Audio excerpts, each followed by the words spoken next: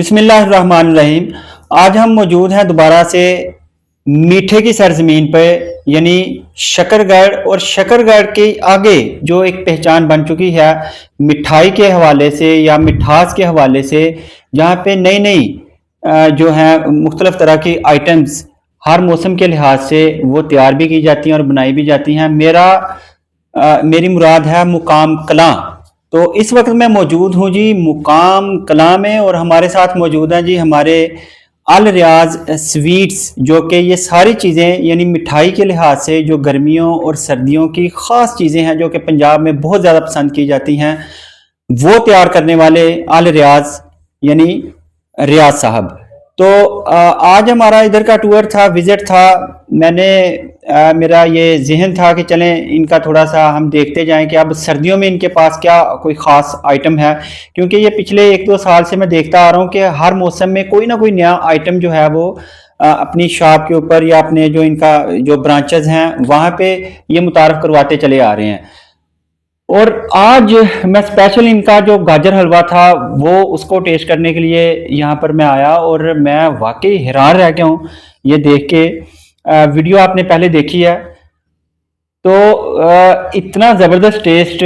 मेरा ख्याल है कि मैंने गाजर हलवा बहुत बार खाया, ज़ाहिर है इतनी एज हो गई है, और जगह जगह से टेस्ट किया, लेकिन जो टेस्ट इस गाजर हलवे में आया वो वल्ला कभी नहीं आया कहीं।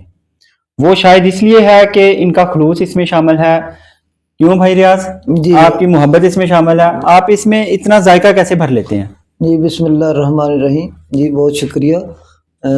ਅਸੀਂ ਨਾ ਜਿਹੜਾ ਗਾਜਰ ਹਲਵਾ ਸਰਦੀਆਂ 'ਚ ਤਿਆਰ ਕੀਤਾ ਤੇ ਇਹਦੇ ਤੇ ਹੀ ਅਲਹਮਦੁਲਿਲਾ ਜਿਹੜਾ ਨਾ ਕੋਸ਼ਿਸ਼ ਕੀਤੀ ਹੈ ਕਿ ਜਿਹੜਾ ਜਿਸ ਤਰ੍ਹਾਂ ਸਾਡੀ ਇੱਕ ਮਠਾਈ ਅਲਹਮਦੁਲਿਲਾ यूनिक ਮਠਾਈ ਹੈ, ਟੇਸਟੀ ਹੈ, ਕਮਾਲ ਹੈ ਔਰ ਖਾਲਸ ਹੈ, ਇਸ ਤਰ੍ਹਾਂ ਹੀ ਗਾਜਰ ਹਲਵਾ ਜਿਹੜਾ ਨਾ ਤਿਆਰ ਕੀਤਾ ਹੈ, ਜਿਹਦੇ ਵਿੱਚ ਅਸੀਂ ਆਪਣਾ ਖਾਲਸ ਖੋਇਆ ਤਿਆਰ ਕਰਕੇ ਆਪਣੇ ਦੁੱਧ ਦਾ ਉਹ ਪਾ ਰਹੇ ਹਾਂ, ਔਰ ਜਿਹੜਾ ਨਾ ਦੂਸਰਾ ਅਸੀਂ ਦੇਸੀ ਘਿਓ ਆਪਣਾ ਤਿਆਰ ਕਰਕੇ ਪਾ ਰਹੇ ਹਾਂ।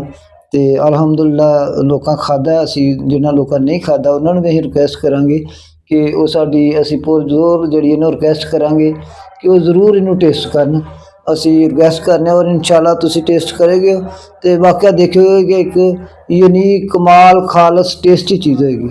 इस तरह ही खीर लैके आए हैं। खीर भी इंशाल्लाह साड़ी बहुत ही जी ना टेस्टी खीर है।